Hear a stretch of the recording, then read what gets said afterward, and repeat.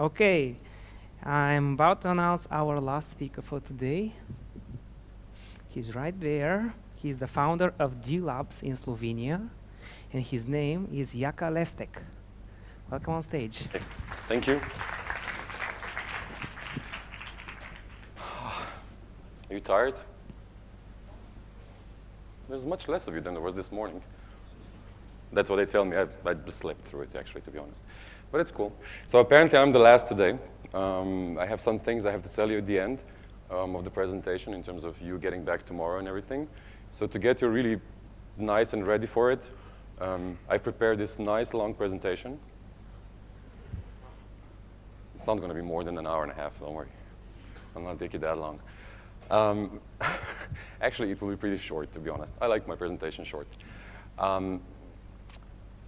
It was weird when I was thinking about what topic to choose to speak in front of the startup community of Bulgaria.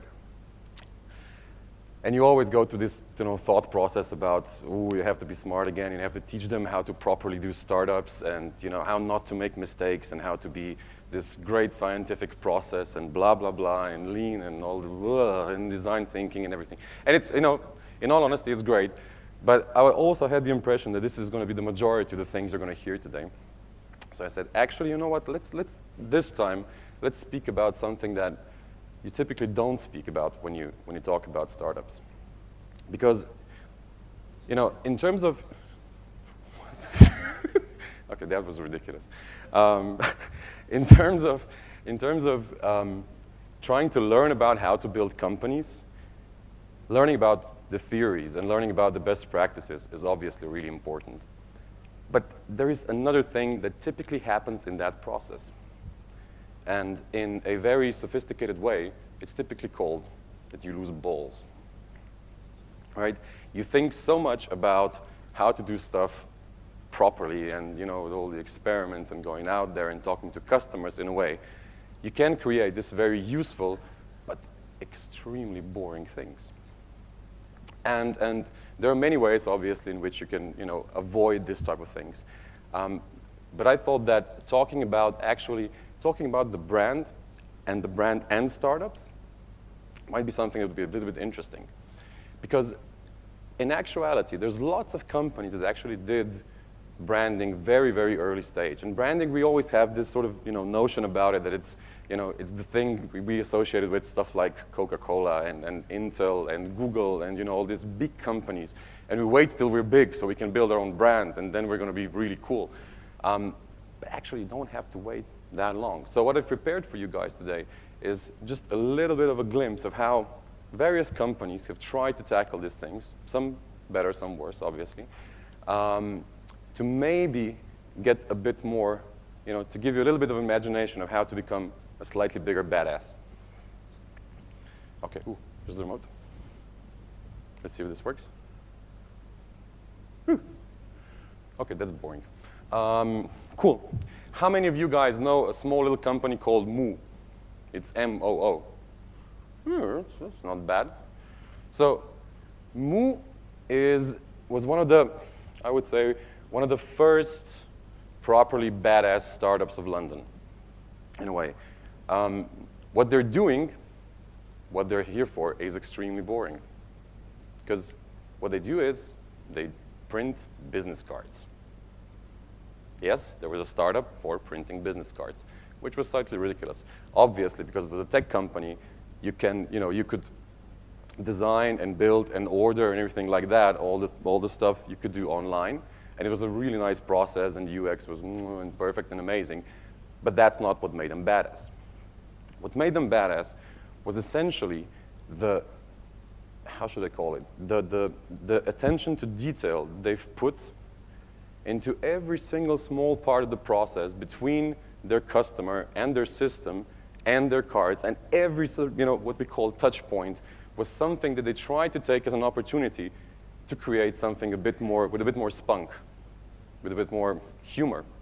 So the thing that you see over here, an apology from Little Moo, was obviously an email that you've gotten when something went bizarrely wrong. Now, most of startups, when something went bizarrely wrong, when something goes bizarrely wrong, it's either, yeah, it's a bug, but we're early stage, so we'll fix it later. Or you're going to get this ridiculously boring email about, we're so sorry, and we apologize, and yada, yada, and whatnot. These guys have created a character that's called Little Moo Print Robot, right? So Little Moo Print Robot essentially say, oh, I'm Little Moo, and I'm a piece of software that deals with your orders and your credit cards and stuff like that, and I've done a really bad thing.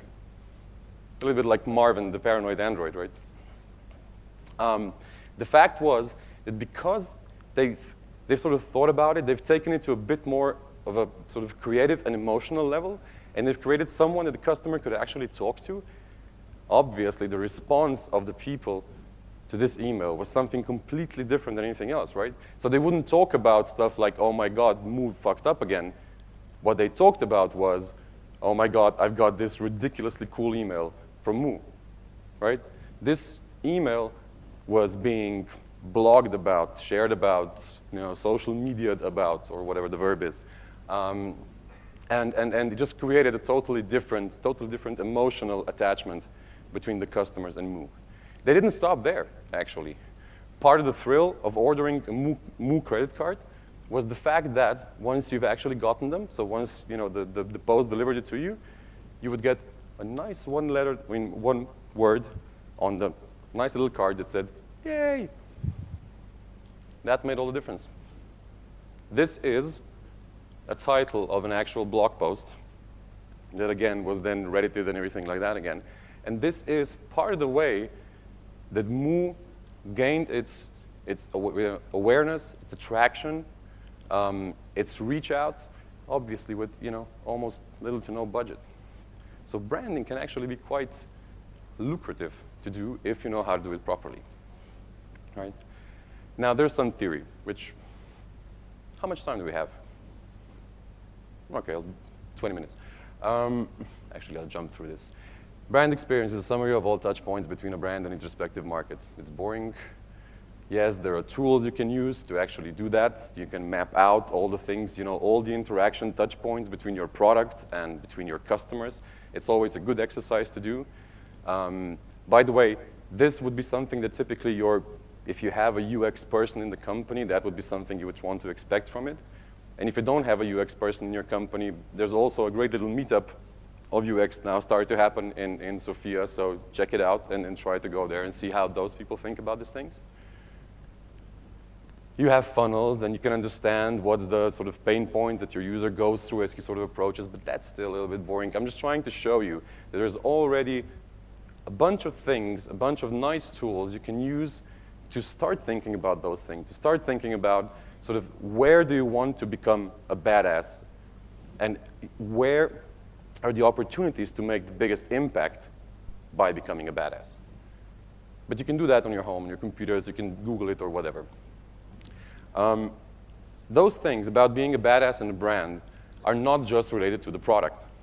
Sometimes they create, around communication. This is not a startup exercise, but it shows what's the power when your team knows or feels comfortable with the brand. How much courage they can show when they communicate what your company is all about. So this is an extract, actually, from a combination of Twitter and Facebook feed that started off with, with the weird little lady. I'm not sure whether you can see it down at the bottom on the left. She started to bitch about Tesco Mobile and blah, blah, blah, and everything went wrong. And someone retweeted it to Tesco Mobile and say, this is the nice little lady that's mugging you off. Then Tesco Mobile said, instead of being this, again, this cold, we're a huge retailer type of she's obviously wrong. They said, oh, well, she's going through a tough time. And then they started this communication and conversation about why she's going through a tough time and, how they will fight to prevent her going through the tough time. And then it slightly escalated, obviously, right? So someone said, well, maybe you should buy her a cup of tea. And then the Yorkshire tea, which is a big brand in teas, started to join in. And in a way, this became this ridiculously escalated moment of all brands chipping in this weird conversation. Articles started to, be written around it. In the end, this little sort of feed was probably read about 15 million times on media like BuzzFeed and stuff like that, right? Yeah. So then on and on, and it started off with well, so you're a biscuit, which is a good sentence to stop this type of communication, I guess. So what shows you is that you can be a bit more imaginative when you think about what type of, how to communicate the emotions and the values that you want to put in your company, in your product, regardless of where you do it. And if you'll do it with a passion, and if you'll do it with sort of an honesty, and with a bit of humor, then good things can happen. How many of you know this company? Just Eat? Yeah. Those are about the same people that know Move. Okay, fair enough. Just Eat is a company that was a startup. Now it's fairly big. Started, I think, in 2004 in Denmark. Now it's pan-European and everything. And essentially, they were nothing but a platform where you could order food from any takeaway restaurant in your particular town. This company, I think it was this year in February, went into IPO. Their valuation was 2.2 billion, which I think was the highest valuation of this year when it comes to that. And yes, that ugly thing was their logo when they started. What that shows as a beginning is just that brand is not about beautiful logos. It's not about trying to be Apple, which is something that, again, is being talked about time and time and time again, right? It's about knowing really well what type of wow, in a way, you want to induce in your users. Just Eat was one of the great cases of how you build a brand by even not talking to your customers, but by looking the other way. Their thing at the beginning was that they've said that the most important part of the experience that they want to provide to their users was the fact that no order will ever be neglected, canceled, or late. So instead of investing into this big communication about how cool they are, they've done something else. They have equipped every restaurant that was in their platform with a small little PC box and with a big flashing red light on top of it. And they connected it to the internet. And every time an order came through their portal, in that particular restaurant, the big light would start to flash. And if within a minute and a half, no one from that restaurant would go to a computer and actually confirm the order, they would get a call from a Just Eat call center, essentially saying, guys, you have 30 seconds to respond to this order or you're out. That was what created the brand of Just Eat, which was that compared to any other provider of those things, you can always count on Just Eat. This is how they look now. 2.2 billion, not bad, right? Yeah, now they can afford these sort of jokes. This is a joke. The red flashing light, that wasn't a joke. Without it, there wouldn't be a Just Eat. How many of you know which company came out of this website? Airbnb.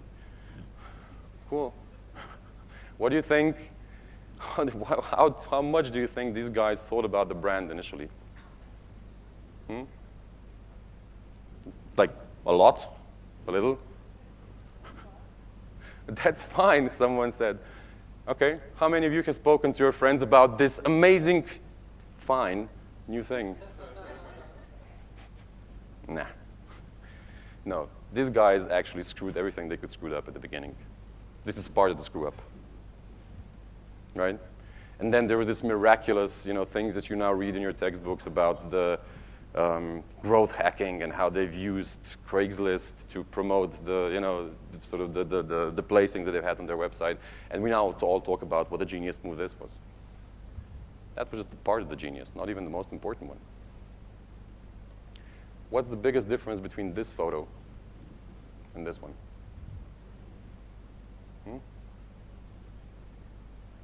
because it's more beautifully designed, because the gray is just the right shade of gray, and the button is nice and green on the right left-hand side, as it should be, as every UX expert will tell you that it should. Because, in contrast to what was there before, this has two things. It has a beautiful apartment, and yes, that's part of that. But also, it has a loving couple, right? Airbnb started to hit the really great traction when it comes to growth at the time when they realized that they have to establish a brand through photographic material on their website. And they've obviously invested in professional photographers to go out and take pictures of every new property they have encountered with. But not only that, because photographers didn't just shoot the flat. They were the ambassadors of Airbnb. They went into communication with every owner of the flat that put its flat out there, which means that they could explain what Airbnb was all about. And Airbnb wasn't about cheap prices or bringing new property to the market. It was about hospitality. And slowly, slowly, slowly, from that thing into this thing, they have become your hospitality friend whenever you go across the world. You don't go to Airbnb because it's cheaper than a hotel. You go to Airbnb because it's nicer, more pleasant, more friendly, warmer, right? More personal. They didn't take it off before they understood that this was what was important for their customers, right? Not the fact that the hotels were booked and there's a conference in town and shit like that. Can we do the thing, by the way? So these were good cases, right? Now I'm gonna show you, hopefully, if they'll be able to play the video. Guys, can we play the video? Yeah? How long do I have to speak? 15 minutes? Anyone knows a good joke? Okay. So this next video is, again, from, okay, cool. Hey, nice. Brace yourselves, people, because this hotel has some amazing footwear. And how about the 5-pound barbell at this resort? Into soap, this lodge has some. And this hostel has ice cubes. And this hotel has eggs. If you're into it, we know a place that booking has it. Liquid! Recreational sand! Electric wind! Aggressive relaxation! That guy! Round things! Tanning apparatus! Whatever is going on in here! Colorful beverage accessories! Maximum plushosity! Airborneness! Find that one thing that you and only you find awesome on planet Earth's #1 accommodation site, Booking.com. Yeah! Right? Worth an applause?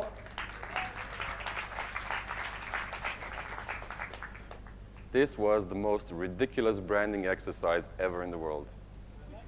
It's an amazing video. Do you know what's wrong with it?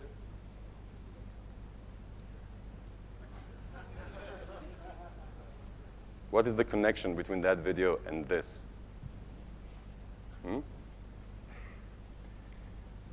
That's what happens when you think about a brand as something that's detached from your product.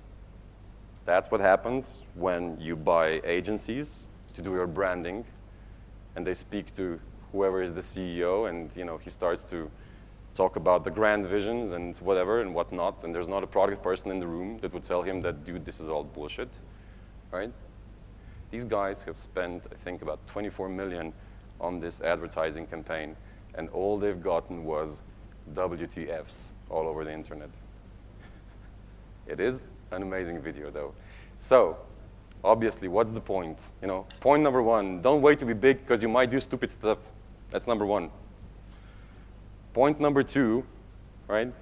Don't wait for anything else to start doing branding now. To think about your branding, to think about how it affects the way you communicate to everyone around you about your company, about your vision, about your passion, everything like that, right?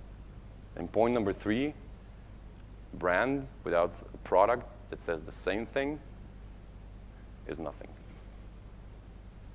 So put those two things together, go out there, and be badass. Thank you very much.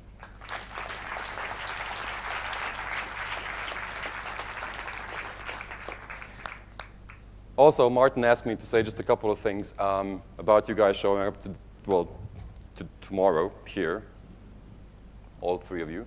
No, look, it is one thing that is important about this conferences, right? This conference can be this just great, either party thing or just great thing to meet a friend or something like that. But they can be so much more if you just put a little bit of an effort into trying to expose yourself and your ideas and your companies to everybody else around, right? So the more time you buy, the more events, these types of events you can create through being in these places. Just make the most out of it. Come here tomorrow, speakers will be here, talk to us, talk between yourselves, and have fun. See you tomorrow.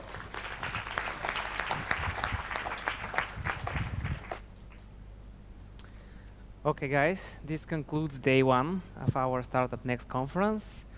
So please come to the networking event. Please, Memento, National Palace of Culture, NDK, 7 o'clock for VIP passes and speakers, 8:30 for everybody else. Come, meet new people, network, then have some rest, recharge your batteries, and I'll see you guys tomorrow.